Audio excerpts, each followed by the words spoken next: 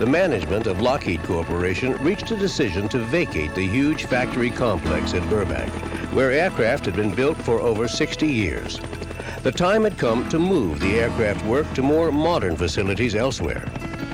By 1990, people and equipment were gone from many obsolete buildings that had covered more than 300 acres. These included the structures where, in 1928, Alan Lockheed and a small group of employees began making wooden airplanes in buildings once occupied by makers of china and glassware. It was on this site, 4 years later, that the current Lockheed Corporation was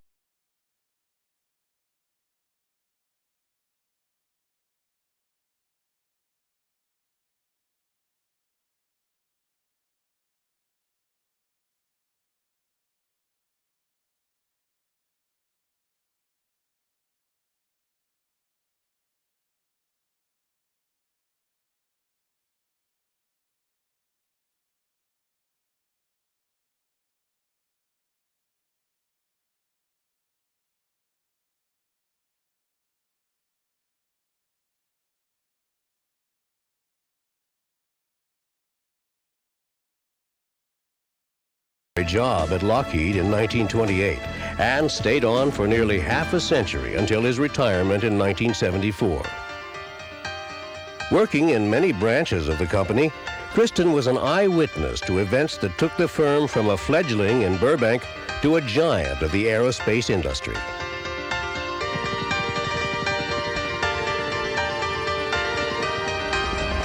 This is where it all began, our first day at work at Lockheed.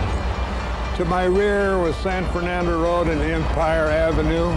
To my right, the Mission Glass Company. To the left, the China factory.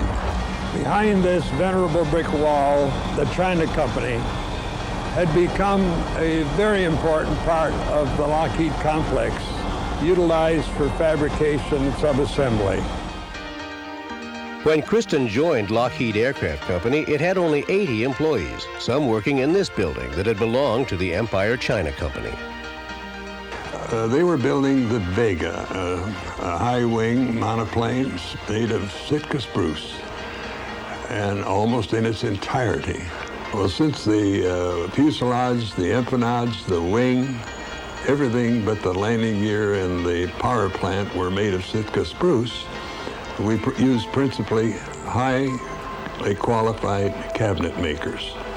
These men were extremely proficient in following layout drawings, engineering drawings precisely. They made temporary tooling of wood to make ribs, to form the airfoil of the wing. They had a mold that made the diaphragms, the bulkheads, which, by the way, were made of almost 20 to 30 laminations of Sitka spruce.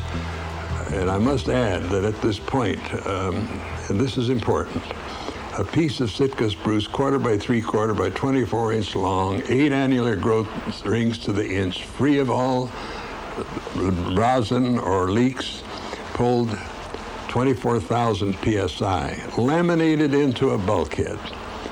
It pulled 120,000 PSI, which is the equivalent of some pretty high-grade chromolybdenum steel. Didn't know that at the time, but we found out later that spruce airplane had the qualities and the strengths of many, many metals, but had the flexibility of a spruce tree. Leading the small group of airplane builders was a man whose name would become famous in the industry, Alan Lockheed. Alan and his brothers Malcolm and Victor were in on the original group with their chief designer, a man, well-known man, Jack Northrop, who was the outstanding creator of the monocoque fuselage and the type of airplane that the Lockheed Vega and other models turned out to be. A man named Tony Stadelman, who came from Czechoslovakia by way of the Middle West, turned out to be the factory man, the builder, the man who could take all of Northrop's designs and create them into an airplane. These men I just mentioned were the principals of the Lockheed company that came to Burbank. Production of the Vega and other wooden aircraft at Burbank was threatened in 1929 when the American economy went into a tailspin. And the Lockheed company was struggling to maintain its workforce and its capacity, which was minimal. And Alan Lockheed was approached by a group from Detroit who formed Detroit Aircraft, who had hoped someday to become the General Motors of the air, and Lockheed was one of their acquisitions, along with Ryan Aircraft, Parks Air College, and Evans Pump Company, etc. But they no more than established themselves as the new owners of Detroit Aircraft, bringing their executives to our company. And along came a very, very, very difficult time known as the Depression, the Great Depression. So Detroit Aircraft found themselves overextended financially, and they went into bankruptcy. And coincident to that, a far-sighted individual who was a Detroit Aircraft executive and general manager of this plant representative named Carl B. Squire, worked with local people through the Title Insurance Trust Company, and were able to put the Lockheed Company into receivership under California law, prohibiting then the company to be sold off piecemeal and disappear as a name, as an asset of the Detroit Aircraft Company. There were only 3 people in the entire company during the Title Insurance Trust Company and California receivership. Carl B. Squire, who stayed here from the Detroit organization as general manager for them, became the head man of representing the receivers. A chap named Ronald King was the bookkeeper, and a fellow named Harv Kristen was the factory man, handling minor repairs, shipping spare parts, providing spare parts, bringing in crews as necessary by Mr. Squire's orders and the customer's agreement to do major repairs. We kept the plant open on an on-call basis, and we paid, by the way, not by checks, but by cash envelopes, by the hour, by the job. In June of 1932, a small group of investors headed by Robert Gross, including Cyril Chapelet, Carl Squire, Mr. Ryan, and Larry Ames, and Walter Barney of the Barney Speed Lines, were able to put together $40,000, which seemed to be an appropriate bid at the time for the company. There were others that attempted to consolidate and be bidders, but did not quite make it. Therefore, on the day of the court sale, Mr. Carl Squire, who was going to represent those of us that were at the factory, suggested that I might go down and witness the sale. We took the Lockheed truck. I took the Lockheed truck. We drove down, sat in the rear of the courtroom very inconspicuously, and observed the following. When Robert Gross presented the $40,000 check to the judge turned to him before closing the sale and said, "Young man, I hope you know what you're doing." And Mr. Robert Gross said, "Yes, sir," most enthusiastically, and with that the judge hit the gavel on the desk, and sold was his statement, and that concluded the sale out of receivership, but the beginning of our wonderful company that we have today. You know, there was an era in the aviation world when it took a Lockheed to beat a Lockheed. And when better airplanes were built, we said, Lockheed will build them. And that's when the Vega brought the good name Lockheed into the limelight as the most reliable, best performing, highest cruising speed, best fuel consumption airplane flying in its day.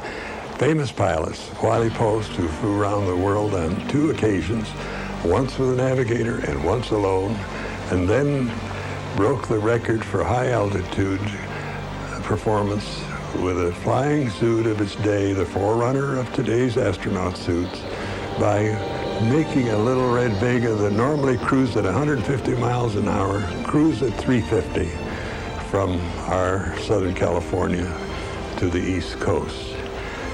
Other than Wiley, there were famous pilots such as Roscoe Turner, who flew for Gilmore Oil Company.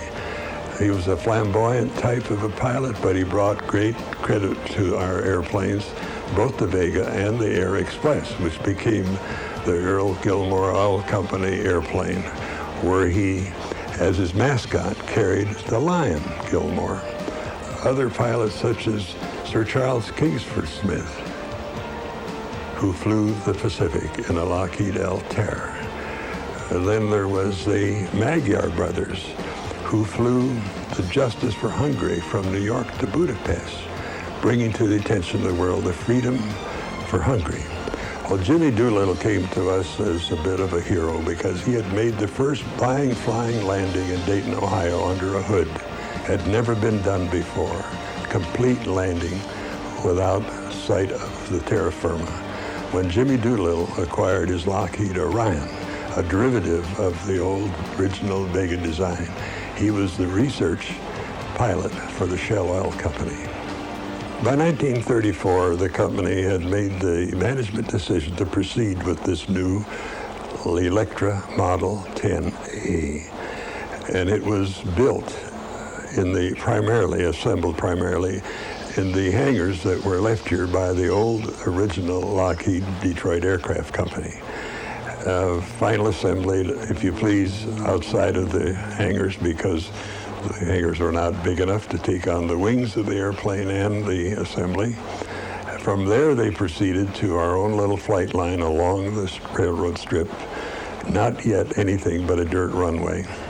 And from there, the initial Electra flew and was tested and accepted by our then chief test pilot, Marshall Heedle, and a pilot on loan from the Boeing Company.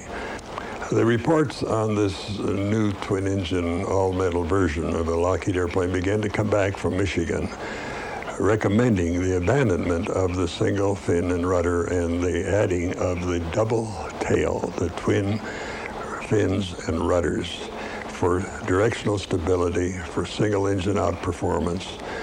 And that was accepted on the spot. And as a result of that decision, that became the hallmark of the Model 10 Electra, this double tail. And it was recommended by none other than Clarence L. Johnson, who very shortly became the chief aerodynamist of our present company. During the 1930s, some very interesting and famous pilots came by to evaluate our Electra because of its very, very high performance characteristics, and especially its single-engine performance and its long range. Amelia Earhart was another one of those famous and wonderful persons that we got so well acquainted with, because when Amelia came to acquire her first little red Vega, as she called it, she put on a pair of Lockheed coveralls and went out in the shop and worked next to the woodworkers and the cabinet makers and then the final assembly, and went out on the flight line as part of the crew, and was a most gracious lady and a most appreciative lady, because she knew when she flew her airplane almost every nut and bolt of any importance as it was assembled. Her confidence factor was improved immensely by the fact that she was a part of the building of her little red Vega. And naturally, we were so proud of her because she flew the Atlantic alone and was quickly named Lady Lindy.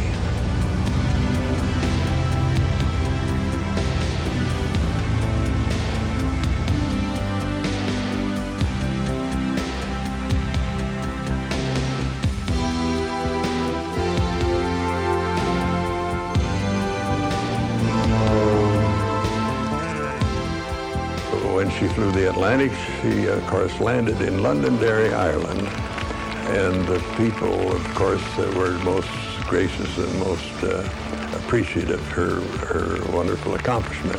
Later on, in years to come, we had another great experience with Amelia when she came out to personally become involved, just as she did on the Vega with her Model 10E Electra, that it was very specially built for her because she was going to carry approximately 1,100 gallons of fuel.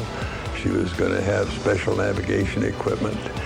And in the process of building her airplane, once again, she put on coveralls and became especially involved in what we called our QEC, our power plant installations. In fact, I can recall her help plumbing and the engine installation, because she wanted to know firsthand how and where the fuel, the electrical power, everything came from in the power of the airplane, knowing full well that with two engines, she'd need them both with the heavy load takeoff that she was about to make on the round-the-world flight.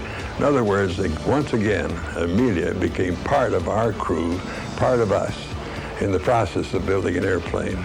Another demonstration of a great pioneer and a wonderful lady. Then there was Charles Lindbergh and his wife Ann, who frequented our place daily almost during the process of the building of their Cirrus. We built it, of course, as a fixed-gear land plane, but knowing in the final analysis that he was going to do a route survey of the Pacific for Pan American. But that Cirrus that he and Morrill Lindbergh acquired was very special because we put a canopy on, we put things on to protect them from the elements, because Ann became his navigator and his radio operator. Just think of it. Here's a lady that just never had had an experience like that until she married this wonderful pilot, this wonderful fellow, Slim Lindbergh. They eventually, of course, put floats on the airplane. And testing that airplane, which we'd never put floats on before, was quite a unique experience. Again, the center of gravity, fuel loading, and the takeoff characteristics of a seaplane, so different than a land plane, caused us to go through some very interesting, we called them high taxis. And of course, to get a float up on the step, you almost have to have a turbulent sea. A smooth sea gets you nowhere. Lindbergh knew that. And they used to go ahead of him when he tested with a high-speed boat to create the turbulence in the waves and the water in the wake of the boat to help him get the vacuum broken under the steps of his floats. What an experience it was for us, because we had never built a low-wing Cirrus seaplane before. Yet another wonderful experience was to have this great pioneer, most enthusiastic aviation man named Howard Hughes come to our plant with a little Boeing P-12 and ask Kelly Johnson and our engineers and Mr. Gross if we could modify it and turn it into a high-speed racer. It turned out that it was my good fortune to be in charge of that project. And we had a no-holds-bar latitude. We could get anything anywhere we wanted at any time. We stripped the fabric down to the bare tubular skeleton.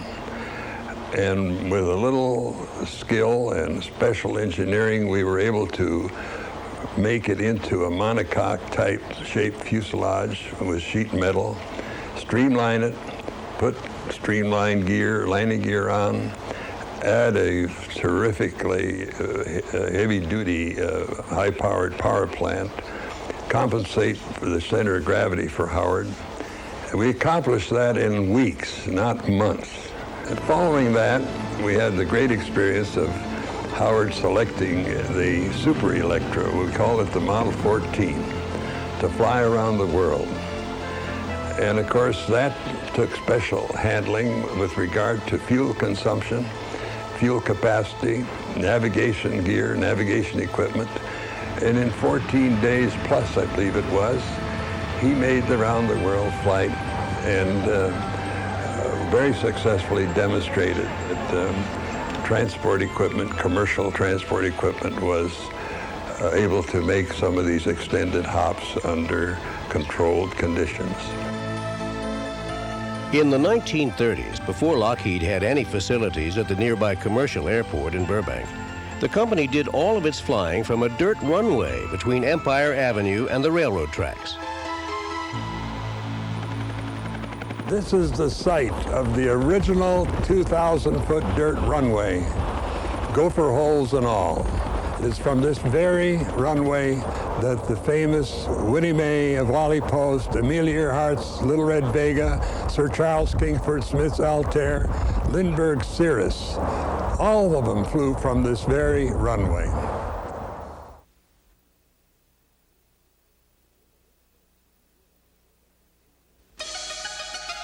In the late 30s, war broke out in Europe. The British had an urgent need for new aircraft. Lockheed offered to build a new bomber. During that period, we had expanded the design of the Electra into what we called the Model 14, which was an enlarged semi-mid-wing version of a twin-engine, two-tailed airplane. And at that particular time, the British were interested in getting support in the form of a patrol airplane to protect the coast of all of the British Isles. They came to the United States and reviewed the designs of our aircraft and others, competitors. They chose the Model 14, which we, in a 24-hour period under Kelly Johnson's supervision, converted into a mock-up of a Hudson bomber. And this is a very, very important area of the original Lockheed as we know it today. This is where Robert Gross's executives presided in their offices we knew as Mahogany Row. Also, this very spot, and through a switchboard, right up in that corner, came the word from London, England, from Cortlandt Gross to Robert and his team that the Hudson bomber contract, up to that time the largest contract ever given to anyone in these United States, was consummated.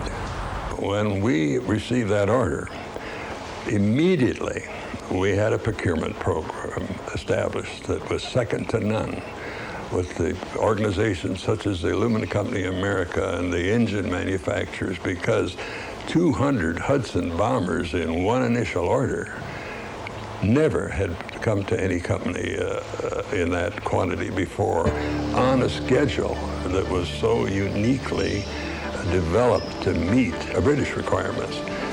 And the next requirement became, where are we going to build all these airplanes?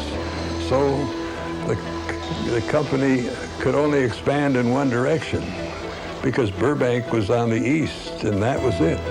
So westward we came. We closed off a street called Lincoln Avenue and moved all the way up to Buena Vista, which is a offshoot of San Fernando Road and Turkey Crossing, where the little plant first started.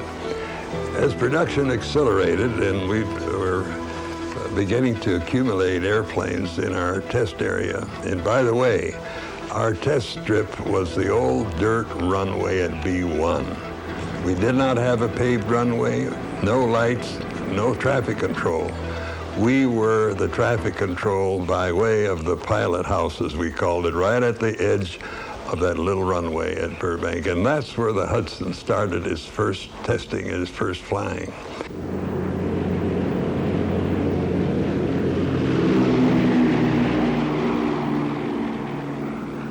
You know, during the midpoint, or as we became quite well established on our Hudson line, along come a design competition that Kelly Johnson entered for Lockheed.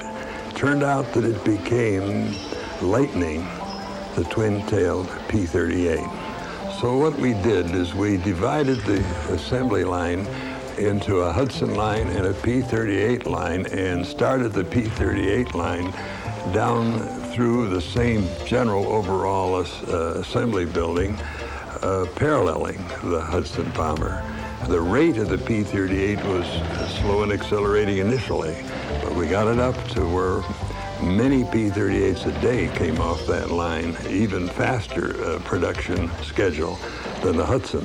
The P-38 program probably accelerated faster than any line in the area. We got to a point where we were able to roll a P-38 in an hour, but we had control over the condition of those airplanes to the extent that you could pick any airplane and decide what the status was and bring it up to flight status immediately upon receipt of whatever the requirements were that were missing in the assembly line. We had absolute control. The result was very few run-up failures or test flight failures. We had quality controlled by pride of workmanship and by a group of people who knew by experience on the Hudson line how to handle the accelerated program on the P-38. So the Hudson program became a very, very invaluable or valuable program for developing our skills to take on a dual assembly line at the time. The Hudson and the P-38 required no end of additional skills in piloting our airplanes, and we brought in some very, very famous people who maybe at the time were not, but became so important to the Air Force and to ourselves. To name but a few, Milo Burcham, who had flown with a group in a Boeing P-12 at air shows and had the skills that came with aerobatics and acrobatics and knew how to recover an airplane from test flighting conditions that you deliberately put the airplane through. So Milo became a very key figure. When Tony LeBeer came on board, little did we know that he was to bring that very unique skill. To Tony, the impossible was just a little more difficult. Tony was able to do things with the P-38, as was his partner, Fish Salmon, who became famous also. They literally flew test flights, monitoring each other, confirming each other's results, which was a rather unique condition. Tony would take a P-38 up and ring it out, go into a flat spin, do the impossible recoveries to satisfy Kelly, to confirm that not just one man could do it. Fish Salmon would go up and repeat the performance. All the while, Milo, who was chief pilot at the time, was biting his fingernails, hoping these two fellows didn't tangle, because sometimes they'd go up and literally do what we used to call combat-type maneuvers with each other.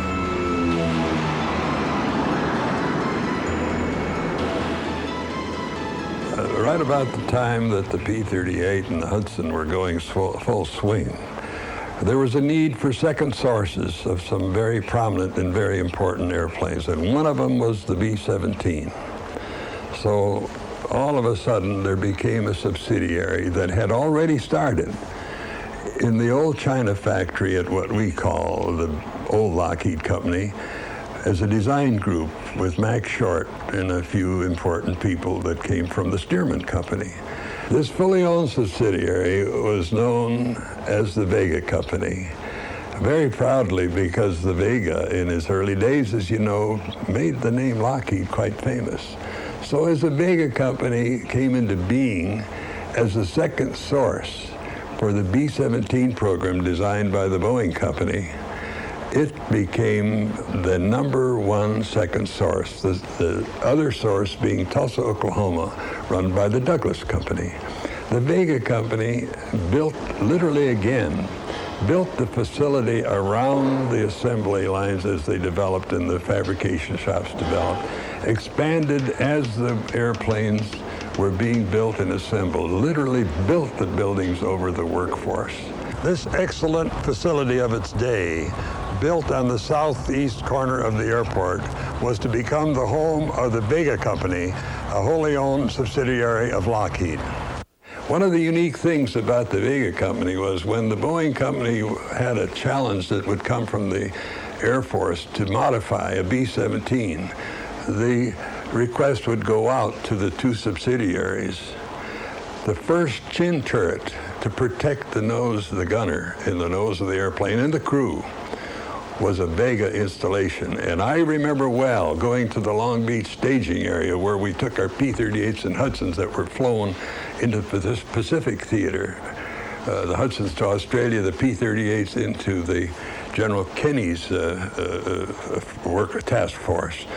That when a B-17 showed up at Long Beach with a chin turret on, you watched the ferry command.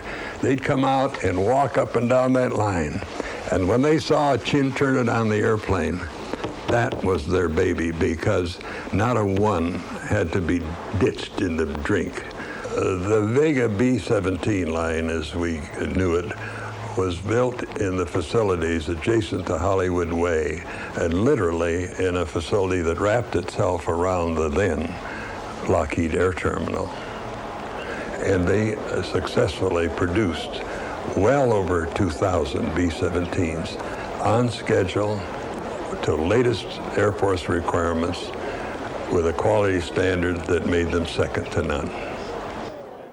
You know, about that time, Pearl Harbor, you know, the scare of the submarine off of Galita, there was a scare that came across the entire West Coast. Shipbuilders, airplane builders, anybody that was vital to the defense program had to have the ultimate of protection. And somebody came up with the idea of camouflaging our plants.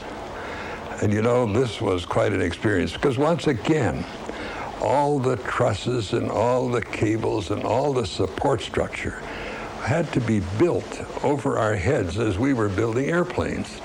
And the part that was so darn messy was the fact that they used chicken wire, as we called it, to stretch over these buttresses and cables and so forth over our plant.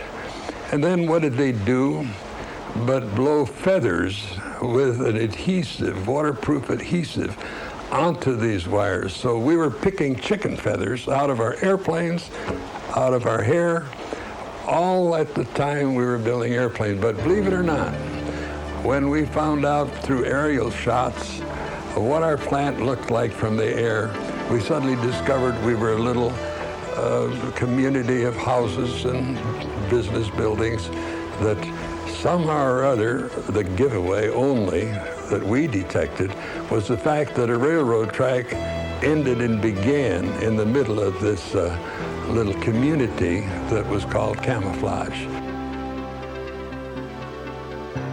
Right in the middle of this intense production program, our great Kelly came up with another dream. Because suddenly there'd become available in England an engine designed by a Mr. Whittle. It was called the Whittle turbine. And while that was going on, Kelly had already designed on paper how he was going to apply that little engine and that thrust to an airplane. That airplane became known as Lulabelle. It was built in tents. It was built in little buildings that suddenly became vacated and available, and then became secured and fenced off. And suddenly out of that little complex came drawings. We who were building the production airplanes suddenly became aware of a drawing that would come out for a forging and a part that had a peculiar name, like McCormick Deering Tractor. Had no relationship to an airplane, to keep the design secretive. And when that went out to a forging company or whoever it was that made that component, they were put in a position of not needing to know. And that was the key. Unless you had a need to know, you didn't ask questions, you didn't become involved. So as Kelly built Lulabelle in a record 143 days, towed it up to then Muroc Dry Lake, now Edwards Air Force Base.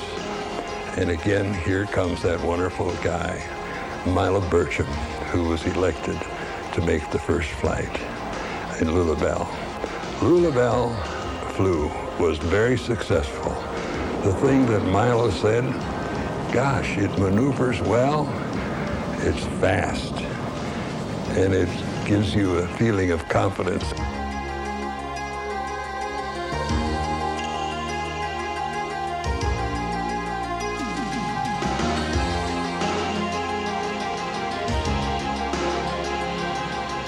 The flight of the XP-80 in 1944 launched Lockheed into the jet age. This design would evolve into America's first production jet fighter, the Air Force Shooting Star.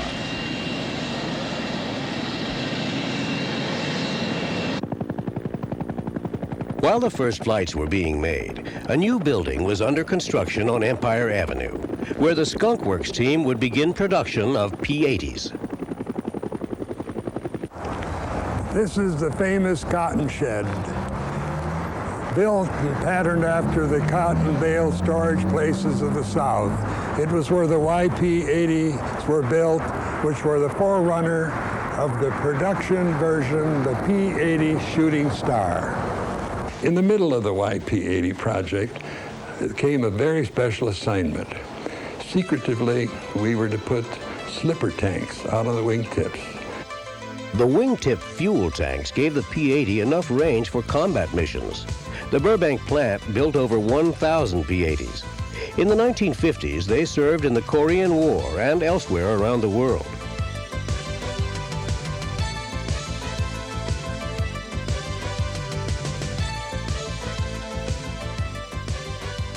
Just before World War II, Lockheed had designed a large new transport.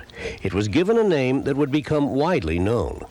The name Constellation became a famous name in our company, and we always named our airplanes after stars or constellations of stars. And the Cirrus was a star, the Vega was a star, the Altair was a star, and along comes the need for a bright and shiny new airplane that had the benefit of all those that had gone before, and it became a Constellation. And its nickname was the Connie. It was one of those unique experiences where a customer, naturally, in those days had to be found for the first group. Well, the customer turned out to be TWA, owned by none other than, at that time, our friend Howard Hughes.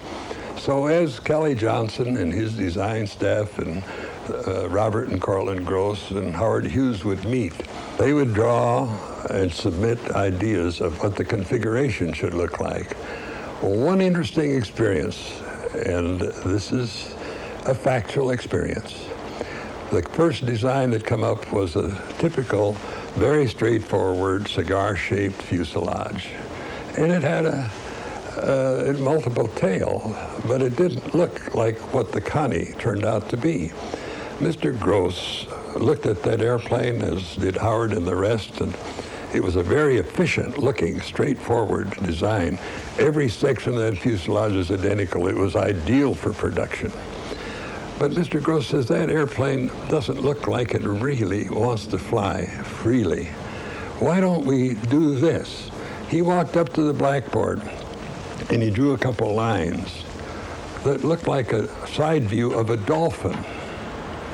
And Kelly looked at that and Howard looked at that, and they said, well, if we do that, technically the fuselage becomes an airfoil because your shape is like the wing rib of an airplane wing.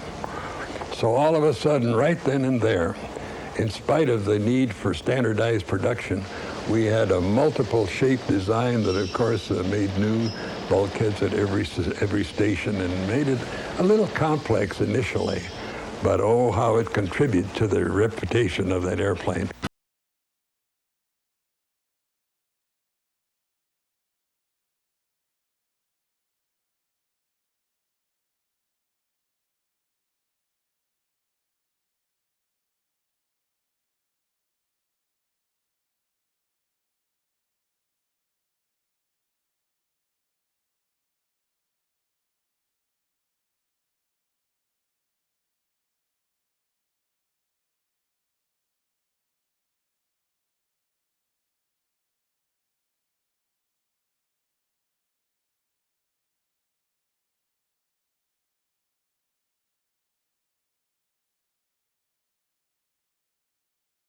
Eastern Airlines, Chicago and Southern that became Delta, and many airlines in the European theater. Even Qantas Airlines down in the South Pacific, they put drop tanks, tip tanks on the wing, extended the range and made it look almost like a version of a military airplane, but it still had the grace of a Connie, and that airplane was, in a commercial sense, the airplane that took us into the next and the next and the next generation of Lockheed airplanes. The military Constellation assembly line was one of many production lines that operated simultaneously at Burbank during World War II.